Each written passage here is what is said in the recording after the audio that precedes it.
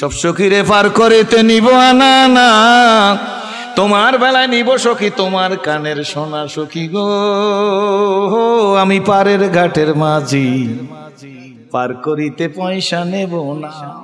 আমি তখন ইসলাম কবুল করছি, 25-40 বছর হয়ে গেছে ইসলাম কবুলের।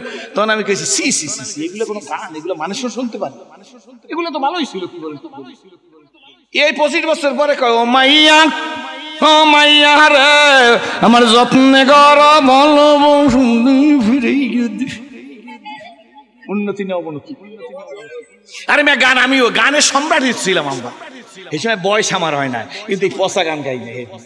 জয়নারা রাগস নে বাজান, প্রেমের কথা কইছি। আমিও 8 থেকে 9 উঠছি, এই সময় ইসলামের দিকে ঝুঁকছি। কিন্তু ওই দিনও আমরাও গানের সম্রাট ছিলাম পারিবারিক ভাবে, পচা গান শুনি নাই। শোনেন যদি এই লাইনের যা শুনছি এর এক লাইন পড়ে আজকে শুনাই যাই, পুরো কথাটি মনে পড়ছে, কোসা দিয়ে আজকে বাস এই যে বাইরে বলুন একটু গুণ হইবে না। চেয়ে দেখলাম তুমি চলে গেলে, তুমি চলে গেলে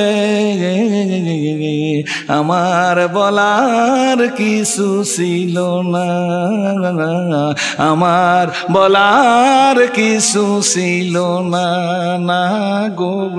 চেয়ে দেখলাম তুমি চলে গেলে, তুমি চলে গেলে আমার বলার কিছু ছিল না। এর মধ্যে কি আছে? অশ্লীলতা কি? সেদিন বলছি 50 বছর আগে হিন্দু বাড়িতেও পর্দা প্রথা ছিল, আর আজকের আমরা শরীফ বাড়িতেও এখন আজকের পর্দা নাই। শরীফ মানে শরীফ বাড়ি বলছি, মানে শরীফ মানে কি? সম্মানিত। কি বলেন? ঠিক না? ঠিক। শরীফ মুসলমানের বাড়ি পর্দা নাই। পর্দার ওয়াজ যে হুজুরি করে এটা ডিজিটাল না। আর যদি পীর সাহেবের কাছে আজকের মেট্রিক পরীক্ষা, গতকালকে রাতে পীর সাহেব হুজুরের কাছে নিয়ে আসছে, হুজুর আমার মেয়েটা মেট্রিক পরীক্ষা দেবে, একটু হুয়াই দেন। হুজুর কয়েকদিন পর শোনা যায় মুরিদের মাইল পীর ভাই গেছে কপাল পোড়া। ঠিক না? ঠিক জোরে কর। তোর মেট্রিক পরীক্ষার ছেলে পীরের দ্বারে ফুতে টানছো, পীরের যে বানাই কি? ঠিক না? ঠিক। এমন জিনিস আছে মুহে নাম লইলে যে বানিয়া, এইটার নাম কি? আয়না না, জোরে কর। হাজাই গোজাই পীর সাহেবের দ্বারা লইছে, শরীফ সাহেব হুজুর দ্বারা লইছে, দাঁত পড়িয়ে গেল, হেতে কি সব করিয়েছে?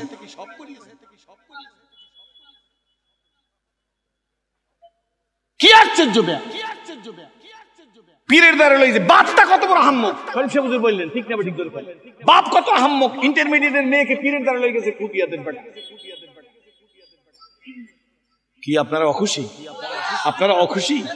এমন বাড়িয়ে গেছি ওয়াজ করতে, একজনকে হুজুর আমাদের এলাকায় একজন পীর সাহেব আছে। আমি বলি ঠিক আছে দেখা করি যাবো। এমন কিছু হক্কানি পীর বুঝি, দেখা করে। আরেকজন কয় হুজুর হ্যাঁ হ্যাঁ তো জানেন না, হে বছরে একবার গোসল করে।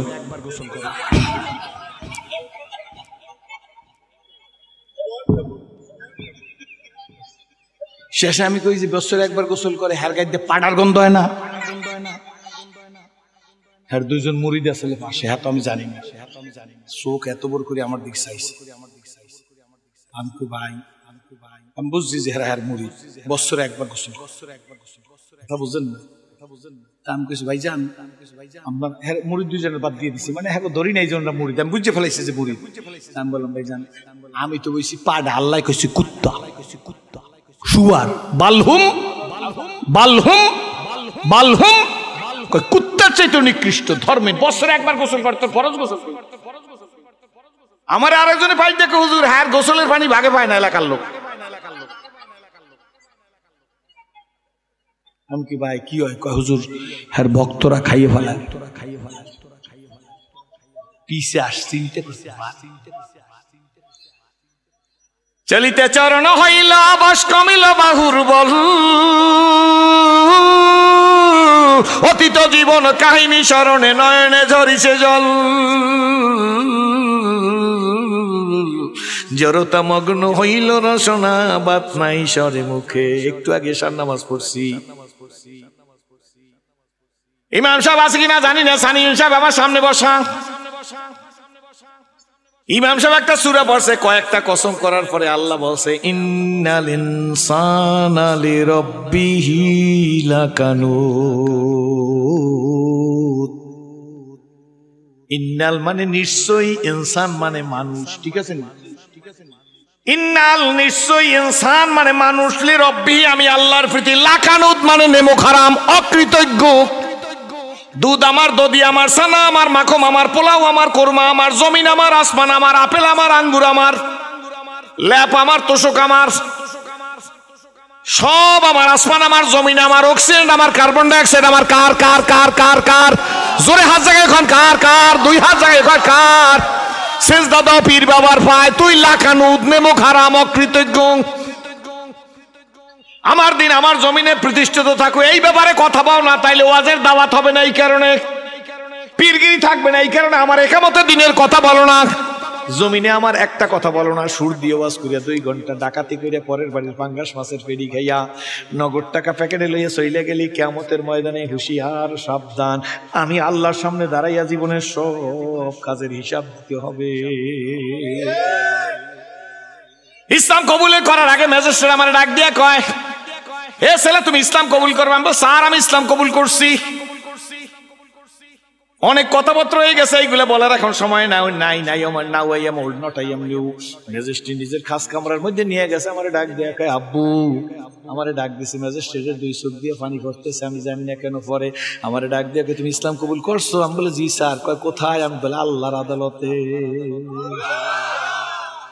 আদালত কি সব বুঝাই দিছে, ইকরার বিল লিসান, জবানে স্বীকার করো, অন্তরে বিশ্বাস করো, সেই অনুযায়ী আমল বিল আর খান কাজের মধ্যে প্রমাণ করাই দাও। বলার পরে দেখি ম্যাজিস্ট্রেট কাঁদতেছে, ডাক দিয়ে বলে বাবা তুমি তো কেবল ইসলাম কবুল করছো, তুমি কি বলতে পারো এমন একটা আয়াত বলতে পারো যে আয়াত দিয়ে বলতে পারবা কে কে জান্নাতে যাইবে? আমি বলছি স্যার তখনকার যেভাবে বলছি আমি এখন আপনাদের সেইভাবে শোনাবো। আমি ডাক দিয়ে বলছি স্যার বলতে পারবো। কোথায় শিখছো? তুমি নাকি অনেক সূরা আছে বলতে পারেন। স্যার কোনো আলেমের কাছে যে আলিফ বা তা সা পড়ি নাই স্যার, আরবি আরব 29টি মাখরাজ 17টি 1 নম্বর মাখরাজ এইরকম পড়ি নাই। তখনকার কথা বলতেছি 40 বছর আগে।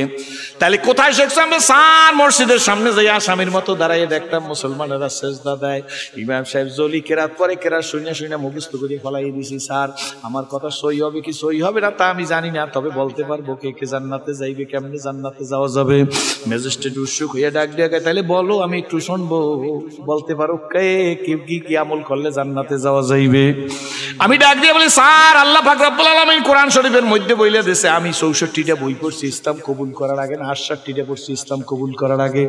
বাংলা কোরআন শরীফ খুলে পড়তাম আর অর্থ জানতাম, গোপনে গোপনে বইয়ের মধ্যে বুঝেই রাইখে দিতাম।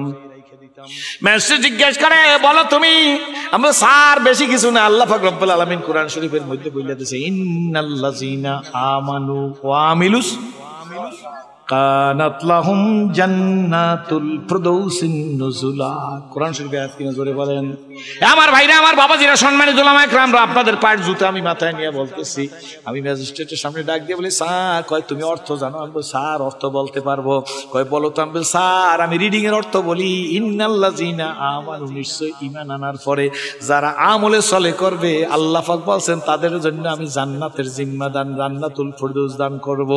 ডাক দিয়ে বলে বাবা তুমি আমলে চলের ব্যাখ্যা বলতে পারবো? আমি বলছি স্যার সঠিক হবে না বিঠিক হবে তবে জানি না, তবে আমি শামসুল হক ফরিদপুরি রহমাতুল্লাহ আলাইহির তফসিরে হক্কানির বাংলা পড়ছি তখন ইসলাম কবুল করার আগে। আল্লামা শামসুল হক ফরিদপুরি রহমাতুল্লাহ আলাইহি তার তফসিরে হক্কানির মধ্যে লেখছেন আমলে চলের ব্যাখ্যা ছোট্ট করে লেখছে ফরজ ওয়াজিব সুন্নত মুস্তাহাবের উপর আমল করা লাগবে, হারাম মাকরুহ তাহরিম মাকরুহ তানজি গুনাহ থেকে যারা পরহেজ থাকবে। এই যে আমলে চলের গণ্ডির মধ্যে অর্থাৎ ছোট্ট ব্যাখ্যা, এই আমলে চলে যারা করবে আল্লাহ পাক রব্বুল আলামিন বলছে তাদের জান্নাতের জিম্মাদার আমি আল্লাহ।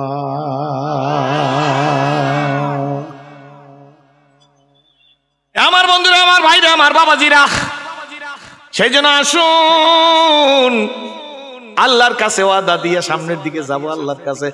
যখন শাহ আব্দুল আজিজ মুহাদ্দিস দেহলভী রাহমাতুল্লাহ আলাইহি বলে তুই আগুনে জাপ দিবি আমি আগুনে জাপ দেব, এইবার পাদ্রী বুঝা ফেলাইছে আমি তো আর কেমিক্যাল শরীরে লাগাই নাই। তাওরাত কিতাব আপনার বাইবেল রাইখা দিয়েছে, বাইবেল রাইখা শাহ আব্দুল আজিজ মুহাদ্দিস দেহলভী রাহমাতুল্লাহ আলাইহির দিকে তাকাই আছে। শাহ আব্দুল আজিজ মুহাদ্দিস দেহলভী রাহমাতুল্লাহ বলে তাকাই আছো কেন? রেডিও আগুনের মধ্যে জাপ দেব। দড়ি দড়ি দড়ি না দললে তোরে সারি না। কোরআনের সাথে বেয়াদবি করছে এক বেডায়, এই বেডার মাথার মধ্যে চুল নাই, ঘরের মধ্যে লেখতে আছে নিজের কাগজপত্রে। এমন সময় ঠাস করিয়া ফ্যানটা সুইডা মাথার উপর পড়ছে। আল্লাহ কয় আমি 1 নম্বর সিগন্যাল দিয়া ফ্যান ভেঙে তোর মাথার উপর ফালাইছি। তোর মতো বেয়াদব কোরআনের বিরুদ্ধে কথা বলছে, এই কারণে ফ্যান করিয়া তোর মাথা পাড়ছে। ওখানে কোনো মৌলবী মাওলানা ইসলামের কর্মীরা যাই ফ্যান ছুটাইয়ে দেয় নাই, পরে নাই মনে হয়, জোরে খান পড়ছে না পরে নাই। ফ্যানটা তার ঘরের মধ্যে মাথার উপর পড়লো কেন? কয় তুই নাফরমান, তুই আমার কোরআনের সাথে বিদ্বেষী হইছো, এই জন্য তোরে আমি হিরো দিয়া জিরো বানাই দিছি। এমপি তো দূরের কথা, একজন মেম্বার আর হইবার পারবে না। সংসদে বসে বুখারী শরীফ, মুসলিম শরীফ, তিরমিজি শরীফ, বাইহাকী শরীফ, আবু দাউদ শরীফ, মিশকাত শরীফ পড়ে। ঠিক নেবে ঠিক জোরে এক বেডি নাম দাম কোয়ানে দরকার নাই, কি বলেন ঠিক নেবে ঠিক? হে বলে মিশকাত শরীফ পরে কয় সিয়া 7টা হাদিস পড়ছি। হ্যাঁ, আবার সংসদে বসে কয় আমরা গান ও গাই ইবাদত করি।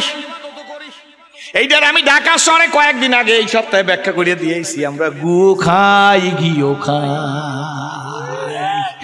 যারা কয় গানও গাই ডোলো বাজাই হারমোনিয়াম বাজাই আর ইবাদত করি, হেরা ঘিও খায় গুও খায়। কেতাব পড়ো, কোরআন পড়ো, পড়ো আমার লেখা, 2 নয়নে যায় না দেখা এই কপালের লেখা। ইন্নাল ইনসানা লিরাব্বিহি লাকানুত। তোরে নেমো খারাপ, কষ্ট হইতেছে মনে হয়। নির্দিষ্ট সময় হাত উঠাবো আল্লাহর কাছে। এই তাফসীর মাহফিল 13 দিন ব্যাপী আল্লাহ কিয়ামত পর্যন্ত জারি রাখো।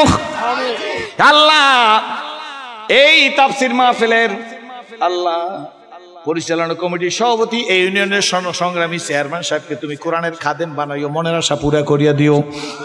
যে ওমর রাদিয়াল্লাহু তাআলাকে আল্লাহ ছাগলের রাখাল দিয়া মানুষের রাখাল বানাইছো, আমার চেয়ারম্যান সাহেব আমার কাছে উপস্থিত দেয় থাকলে আরো ভালো করিয়া দোয়া করতাম। আল্লাহ পাগলারে কোরআনের খেদমতের জন্য, জাতির খেদমতের জন্য, মানুষের খেদমতের জন্য, মানবতার খেদমতের জন্য, জাতি ধর্ম বর্ণ গোত্র খেদমতের জন্য আল্লাহ হযরত ওমর রাদিয়াল্লাহু তাআলার চরিত্রে চরিত্রবান বানাইয়া খাদেম হিসাবে কবুল করিয়া নিও। আল্লাহ শরীফ সাহেব হুজুর আজকের দুনিয়ায় নাই।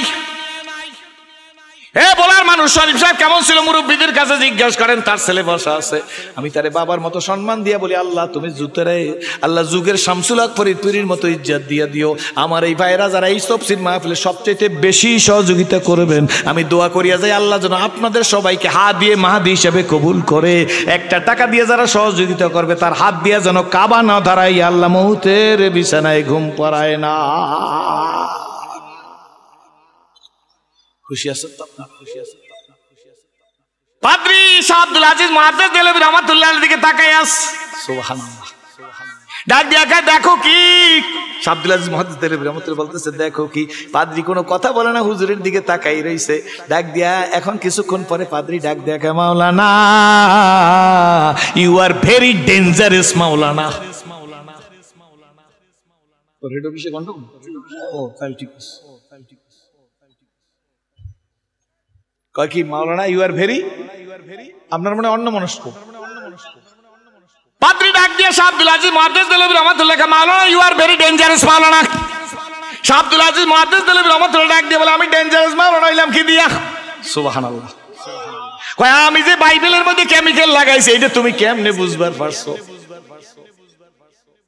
শাহ আব্দুল আজিজ মুহাদ্দিস দেলভী রাহমাতুল্লাহ মুস্কি হাসি দিয়া কয় বেটা তুই যে বাইবেলের মধ্যে কেমিক্যাল লাগাইছিস এইটা আমি কোনোদিন জানি না, কিন্তু আমি বুঝে ফেলাইছি যখনই তুই বাইবেলকে আগুনে দিতে বলছো, কোরআনকে আগুনে জ্বালাইতে বলছো, তখনই আমি বুঝে ফেলাইছি সামথিং রং, তোর উদ্দেশ্য খারাপ।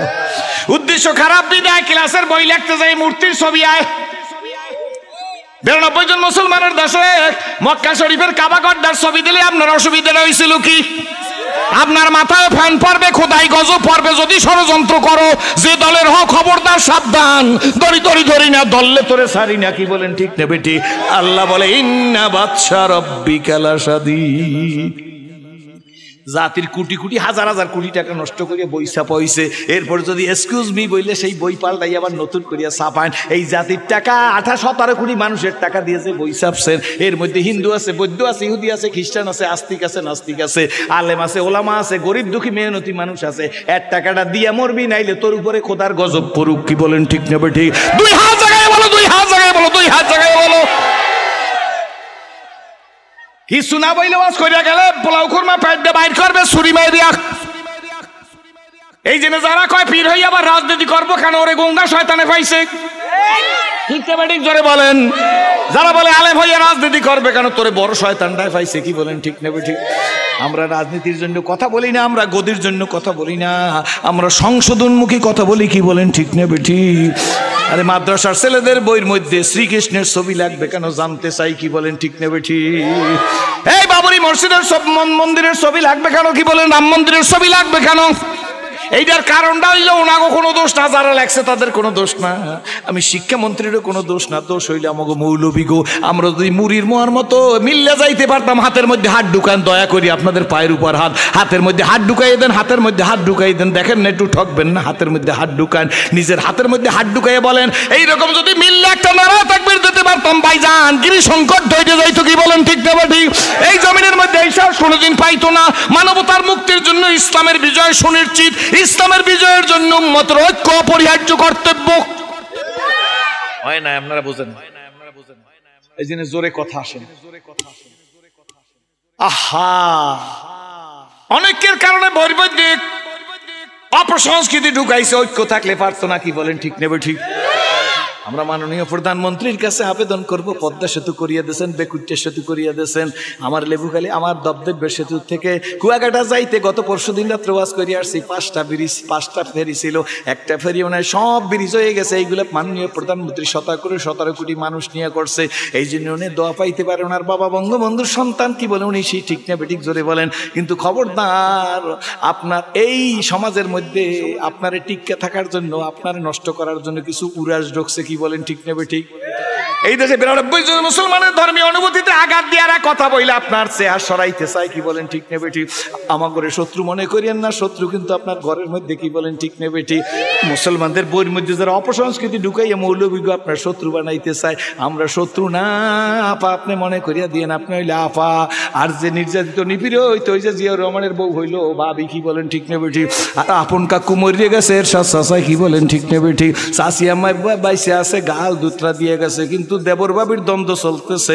আমি ঢাকায় বইলে আছি, যদি দেবর বাবির দ্বন্দ্ব থামে তাইলে নাঙ্গল দিয়ে হাল চাষ করবে, আর যদি দুইজনের দ্বন্দ্ব না থামে তাইলে পাবলিক নাঙ্গল বাদ দিয়ে ট্রাক্টর চালাইবে।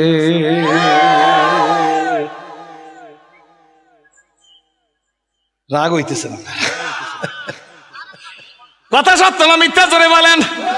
এ ভাই যান, খবরদার, আপনাকে তফসিরে কিছু হইবে না যদি আমরা না মিলতে পারি। আর যদি তফসিরে সব হইবে যদি মিল্লা থাকতে পারি। কি বলেন ঠিক নেবে ঠিক? আমাদের মধ্যে দ্বন্দ্ব থাকতে পারে, বিদ্বন্দ্ব থাকতে পারে, মতনৈক্য থাকতে পারে। উনি জিকির জোরে করে, আমি জিকির আস্তে করি, আপনি লতিফাই করেন, আপনি কলবে করেন, করবেন, কিন্তু অন্যায়ের প্রতিবাদ করবো সব এক প্ল্যাটফর্মে আইসা।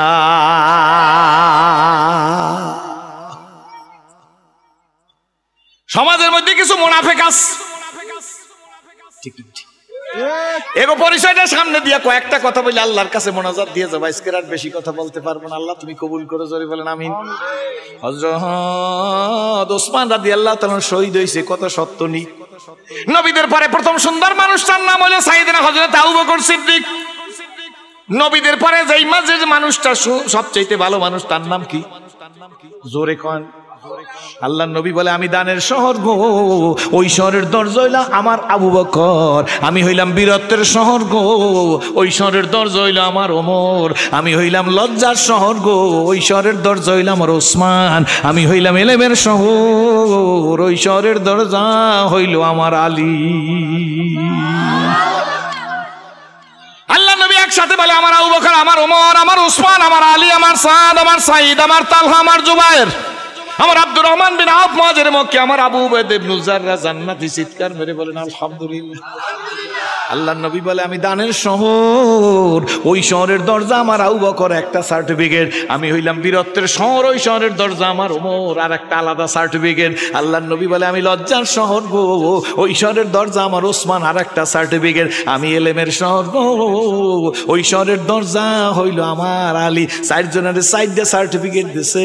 এই মানুষগুলা সোনার মানুষ। আবু বকর সিদ্দিক হইল নবীদের পরের 1 নম্বর মানুষ। ওনার খেলাফত আমলে হযরত বেলালের মতো লোক যার 14 গোষ্ঠী গোলামজাদা, শিক্ষা দীক্ষা কিছু নাই, ঠোঁটটা ঝুলন্ত, মাসার চুলগুলা কোকড়ানো, জিহ্বায় কথা বাজে, এই মানুষটা যখন ইসলাম কবুল করার পরে হযরত আবু বকর সিদ্দিকের কাছে সাহাবীদের সামনে আসা শুরু করতো, আবু বকর সিদ্দিকের মতো সোনার মানুষ চেয়ার সাইডে দাঁড়াই বলতো সাইয়েদনা ইয়া বেলাল তাল ইয়া হাবিবি তাল। আমাদের সরদার বেলাল আসছে, জোরে কোন সুবহানাল্লাহ। আবু বকর সিদ্দিক কয় আমাদের নেতা বেলাল আসছে। আর আমার মতো পটকা মৌলবী শরীফ সাহেব হুজুরের মতো মানুষ দেখলে দাঁড়াইতে চাই না, কি বলেন ঠিক না বেটি? ডিজে যারে বড় বলে বড় সেই নয়, লোকে যারে বড় বলে বড় সেই হয়। আগার হাজত তুঝি খুঁজবি তু করে খেদমত ফকিরুবি, नहीं मिलती ये दौलत कैसा हो कि खजाना मिले, अगर हाजत तुझी कुछ भी तू कर खदमत फकीरूबी, नहीं मिलती ये दौलत कैसा हो कि खजाना मिले।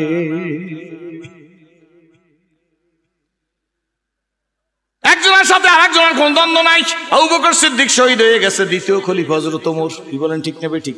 হযরত ওমর রাদিয়াল্লাহু তাআলা শহীদ হয়েছে মসজিদে নববীর মধ্যে, তার পেটের মধ্যে চাকু মারছে, কি বলেন ঠিক না ঠিক? এই জন্য মনে রাখবেন ভাইজান, কোনো বিপদ আপদ দেখে ভয় পাইতে নাই। মুসলমানেরা বিপদকে ভয় পায় না, মুসলমানরা মৃত্যুকে ভয় পায় না। মৃত্যুকে ভয় পায় মুনাফিক আর কাফেরে। মরে গেলাম মৃত্যু কোনো খারাপ শব্দ না, মরে গেলাম তো আল্লাহর সাথে মিলে গেলাম। মৃত্যু একটা পর্দা, মৃত্যু একটা স্কিন, পর্দাটা সরিয়ে গেল, আল্লাহর সাথে মিলে গেলাম। এই তুমি সরো, ইউটিউব লাগবে না, দেখ সরো, আমার দিক চান, অসুবিধা হইতেছে আপনার, খুশি না বেজার? হযরত ওমর শাহাদাত শরবত পান করছে। এরপরের খলিফা কেডা জোরে কোন? হযরত ওসমান। হযরত ওসমান রাদিয়াল্লাহু তাআলা কে শহীদ করছে। দেখবেন জাদুকরের মধ্যে, ছবির মধ্যে, কোরআন শরীফের মধ্যে লাল দাগ আছে, কি বলেন ঠিক না ঠিক?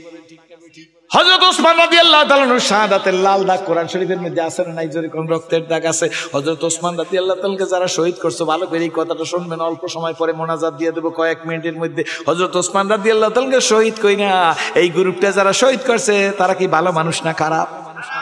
আল্লাহর নবী সাহাবীদের ব্যাপারে সতর্ক থাকতে বলছে, ঠিক না ঠিক? জোরে কোন?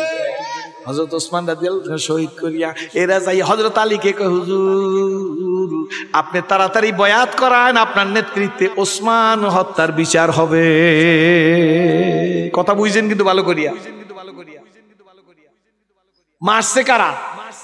যারা মারছে তারা হযরত আলীর কাছে গেছে, হুজুর হযরত ওসমানের শাহাদাতের বিচার করবো, আপনার নেতৃত্বে আপনি তাড়াতাড়ি বয়াত করান। হযরত আলী ইমাম হাসান হোসেনের বাবা, নবীজির স্বাস্থ্য ভাই, নবীজির জামাতা, কি বলেন ঠিক নেবে ঠিক? আল্লাহর নবী বলছে আমি এলেমের শহর, ওই শহরের দরজা আমার আলী। সরল সোজা মানুষ হযরত আলী এইটা চিন্তা করে নাই, চিন্তা করবার পারে নাই, দুরভিসন্ধি মুনাফিকের চরিত্র ধরতে পারে নাই। উনি বয়াত করান শুরু করছে। হযরত আলীরে বয়াতের অনুরোধ করিয়া কয়, আমরা ওসমান রাদিয়াল্লাহু তাআলার বিচার আপনার নেতৃত্বে করা হইবে, আপনি ওসমান হত্যার বিচার করবেন। এই কথা যখন হযরত আলী বয়াত করা শুরু করে দিয়েছে, ভাইজান আমরা মনে রাইখা দিবেন, আলেম ওলামারা বসা আছেন, এরা গোপনে চলে গেছে হযরতে আমিরে মুয়াবিয়ার কাছে। সুবহানাল্লাহ বিহামদিহি। হযরত আমিরে মুয়াবিয়ার আমার দিকে তাকান, কয়েক মিনিটের মধ্যে মোনাজাত হবে। আমিরে মুয়াবিয়ার কাছে গিয়া বলে, হুজুর শুনছেন নি? কয় কি? কয় ওসমান হত্যার বিচার হয় না, এর আগে আলী বয়াত করা শুরু করে দিয়েছে। এই বেটা ঠিক কথা কইছিস, ঠিক না? ঠিক জানি পেস লাগাই না, মানুষ বুঝি নাই। আওয়ামী লীগের লোকটা দেখলে কয়, আসসালামু আলাইকুম কাকু, কেমন আছেন? সামনের বছর কি নৌকা একটা ভোট দিয়ে মরতে পারবো নি? কি ঠিক না? ঠিক জোরে কয়। লোকটা কয়, আমার দলের কর্মী হইবে নাইলে বেটা এরকম কথা কইলো কেন? খায়রাট পয়সা 2টা পেঁয়াজের বড়া, একটা পুরি আর 1 কাপ চা খাওয়াই দিয়েছে। এই বেটা যখন চলে গেছে, বিএনপির লোকটা সামনে যাই দাঁড়াইছে, দাঁড়ার পর কয়, মামাতো ভাই কেমন আছো? তারেক জিয়ার আড্ডি গুড্ডি কি ঠিক আছে নি? কয় কোন তারেক জি এই দেশে বীরের বেশে তারেক জি আইবে বেড়া, এইটা একটু দেখে যাইতে পারলে খুশি হইতাম। মন্ডায় চাই দানের শীষের মধ্যে একটা ভোট দিয়ে যদি মরতে পারতাম। খালেদা জি অসুস্থ, রাত্রে ঘুমাইতে পারি না, আর চিন্তা করি না।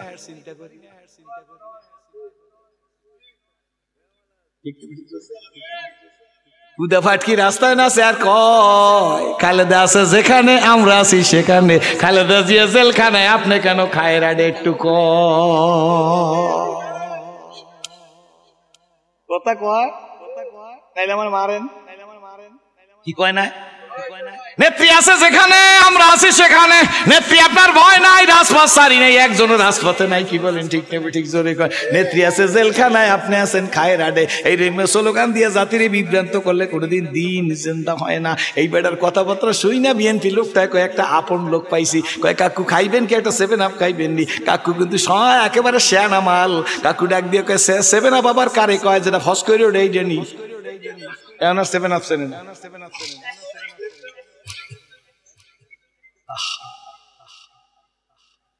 কি চেনে না? কাকু ফস করে ওটাই 7 আপের বোতল হাতের মধ্যে নিয়ে কয়, বাবা খালি পেটে 7 আপ না, তুমি খাও বাবা, তুমি খাও, আমি খালি পেটে 7 আপ খাবো না। মানে কেন রুটিও খাই, ঠিক না? কয়তো কাকু খালি পেটে একটা পেটিস খান, পেটিস না গেটিস, নাইলে একটা টেনিস খান। আমি বাইরে দেখি না খাওয়া কম পরে তো, এই জন্য ভালো নাম জানে। কি ঠিক না বেশি জোরে? হ্যাঁ, একজন মন্ত্রী দ্বারা জিজ্ঞেস করে দ্রব্যমূল্য কতদিনে নিয়ন্ত্রণ হইবে? মন্ত্রী কয় 4.5 বছর লাগে। এই সরকার গঠন করার আগে তো উনি মন্ত্রী হইতে পারে না, টেম বলে প্রিয় ইয়ে রয়েছে। কি বলেন ঠিক নেই? একটা মন্ত্রী যদি কয় যে 4.5 বছর লাগবে দ্রব্যমূল্য নিয়ন্ত্রণ হইতে, একটু সান্ত্বনা দিয়ে তো বলতে পারতো যে ইনশাল্লাহ তো কথার মধ্যে পাইবেন না। কি বলেন ঠিক নেবে ঠিক জোরে কয়? এরা ইনশাল্লাহ কইতে চায় না। হ্যাঁ, মাননীয় প্রধানমন্ত্রী ইনশাল্লাহ কয়। কি বলেন ঠিক নেবে ঠিক? এরা ইনশাল্লাহ না কইয়া কয় যে একবারে 4.5 বছরের মধ্যে দ্রব্যমূল্য নিয়ন্ত্রণ হইবে। বেটা গড়ের যে হর্তা কর্তা এই যদি কান্দন লাগে যে খামুকি এর পোলা মানে করে, এই কথা ঠিক নেবে ঠিক? বেটা একটু গুজগাছ হইও তো কইতে হয়। এবারটা তো ওই মন্ত্রী আসলে ওই আমার দেশে কয় যে মামা কেমন আছেন, ভাবি কই।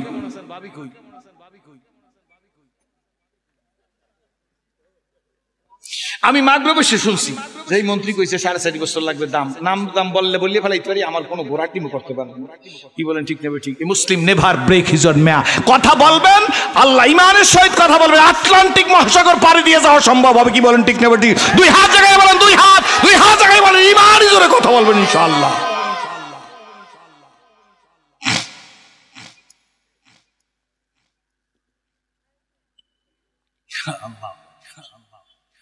সুবহানাল্লাহ। খালি ওয়াজ করেন। 6 দিন পর বাড়িতে আসছি, আমার বাসার পাশে কাঁচামালের দোকান। জিজ্ঞেস করি সিমের কেজি কত? সিমে খালি দেখে আসছি 160 টাকা। এই না এই দেয় 100 টাকা কেজি। আল্লাহ, 6 দিনের মধ্যে 60 টাকা কমে গেলে কেজিতে। মন্ত্রী রুশ নাই। কি ঠিক নেবে ঠিক জোরে? মন্ত্রীর কি নাই? এই মন্ত্রী দেখি এই দোকান। এর কারণ কি জানেন?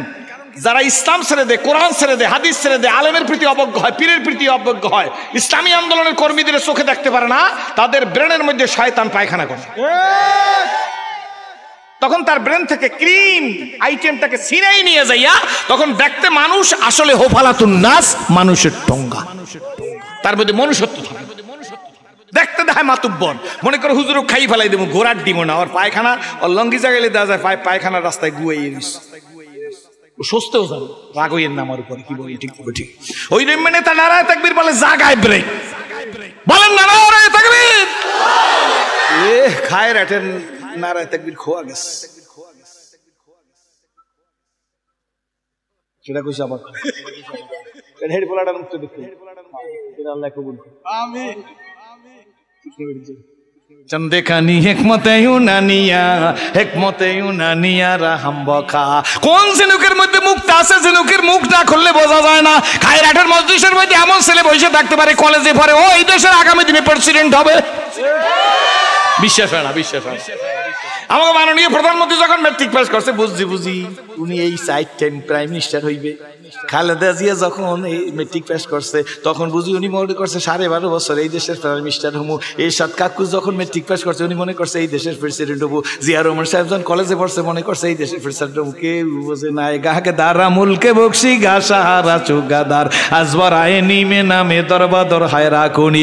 এই ছোট্ট ছোট পোলামান গুলা যদি ঠিক মতো পড়ালেখা করে, ওরা যদি ইফটিজিং এর পিছনে না যায় আর কারিগর বেরি না টানে, কি বলেন ঠিক নেবে ঠিক, ওরা যদি আবুল বেরি না টানে, তাইলে ওগো মধ্যে আল্লাহ দেশে মহামান্য প্রেসিডেন্ট অ্যাডভোকেট আব্দুল হামিদ সাহেবের মতো মানুষ তৈরি হইতে পারে।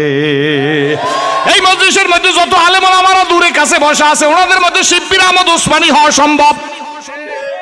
আলাউদ্দিন সাবিরির মতো আলেম এই মাঠে বসা আছে, কাসেম নানুতুবির মতো মানুষ বসা আছে, শর্ষিনা নেসারউদ্দিন রহমাতুল্লাহর মতো প্রেমিক এই মাঠের মধ্যে বসা থাকতে পারে। আশ্চর্যের কিছু না, কি বলেন ঠিক না বেটি?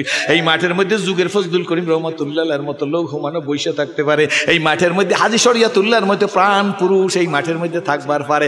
আপনি হেলায় হারাইয়েন না, ঘুমিয়ে আছে শিশুর পিতা সব শিশুরই অন্তরে। এই জন্য কবি নজরুল বলছে থাকবো না কো বাধ্য করে, দেখবো এবার জগৎটাকে কেমন করে ঘুরছে মানুষ যুগান্তরের ঘূর্ণি পাকে। বলো থাকবো না কো বদ্ধ করে, হাত জাগান দেয় না খায়রাটের অবস্থা কি?